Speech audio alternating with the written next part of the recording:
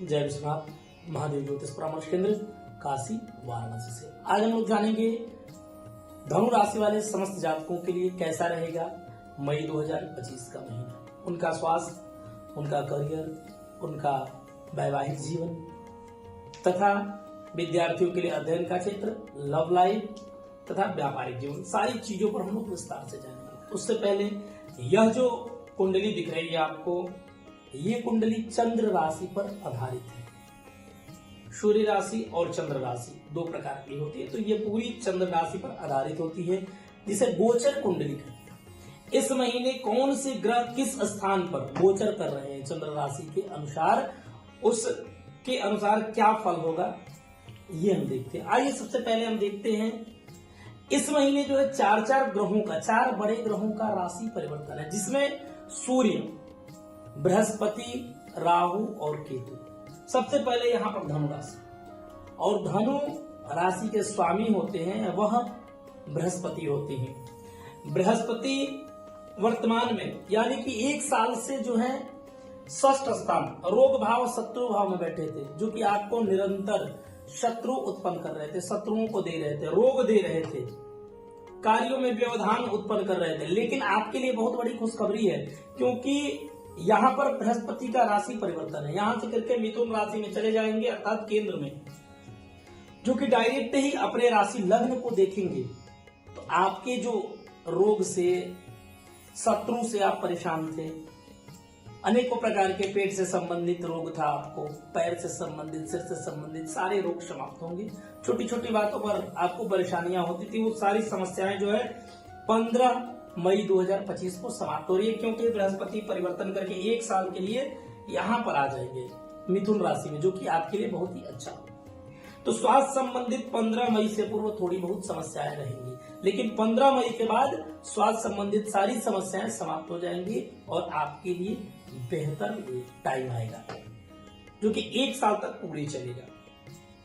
तो स्वास्थ्य संबंधित किसी भी प्रकार की कोई चिंता नहीं रहेगी, क्योंकि बृहस्पति स्वयं अपने भाव को देखेंगे।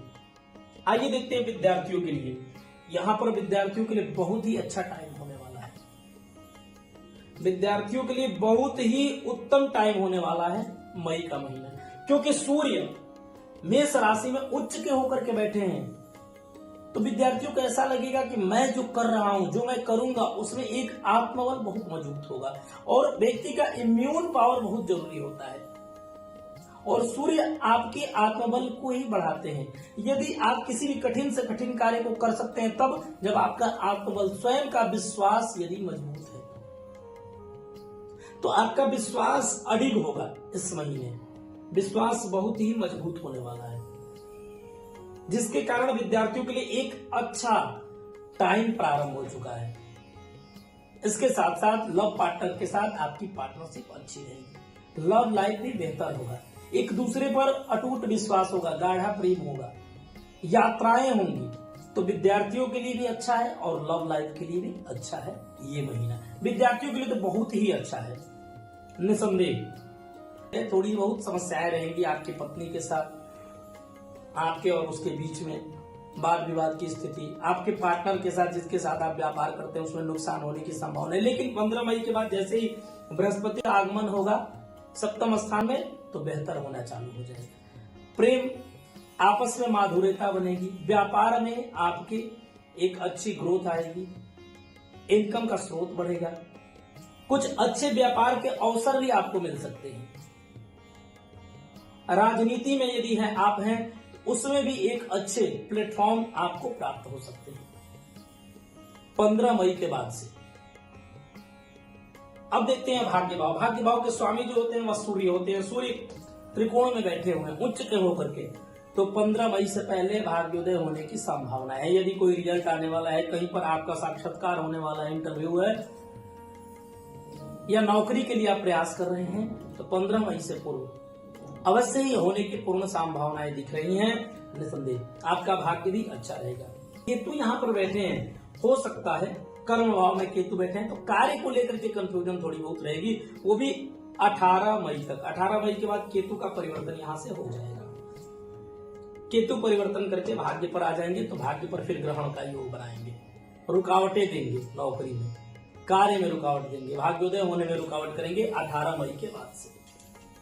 लेकिन कार्य करने की शैली, कार्य में जो आलस्य है वो समाप्त हो जाएगा।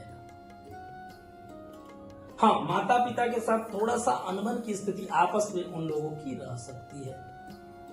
माता जी को पैर संबंधित, घुटने संबंधित परेशानी हो सकती है। वृश्चिक राशि, धनु राशि वाले जातकों की माता के लिए, माता पिता के लिए पैर संबंधित प्रॉब्लम होने की संभावनाएं दिख रही हैं। तथा आइए देखते हैं लाभ भाव। लाभ भाव के स्वामी शुक्र हैं और शुक्र यहाँ पर बैठे हैं शनि के साथ। हैं तो अपने उच्च की राशि में, लेकिन शनि और राहु से के साथ में है, तो धन की स्थिति अच्छी रहेगी। आकस्मिक लाभ के योग बनेंगे, कहीं ना कहीं से धन का आगमन दिख रहा है आपको निसंदेह। लेकिन राहु जैसे ही यहां से परिवर्तन करके यहां पर आएंगे तो पारिवारिक मतभेद होने की संभावनाएं हैं।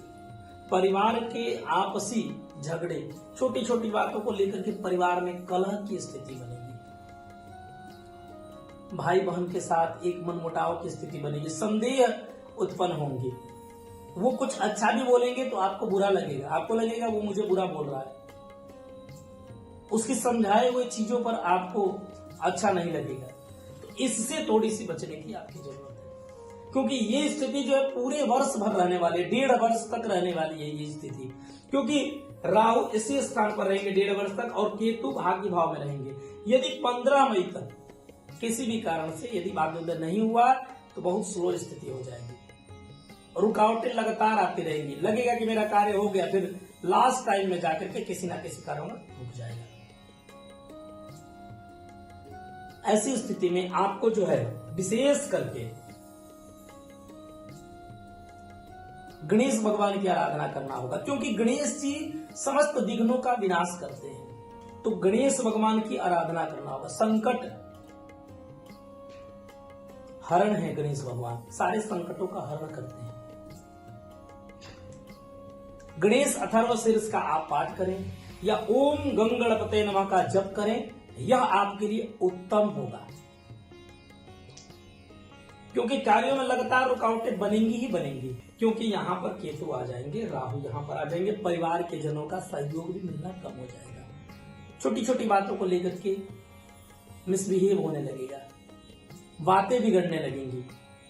इस पर थोड़ा सा ध्यान देना होगा। गणेश भगवान की आप स्तुति करें, अच्छा होगा। और आप यदि अपनी कुंडली पर विस्तार से विश्लेषण चाहते हैं तो डिस्क्रिप्शन में नंबर है, आप उस पर संपर्क कर सकते हैं। जय विश्वनाथ, हर हर महादेव।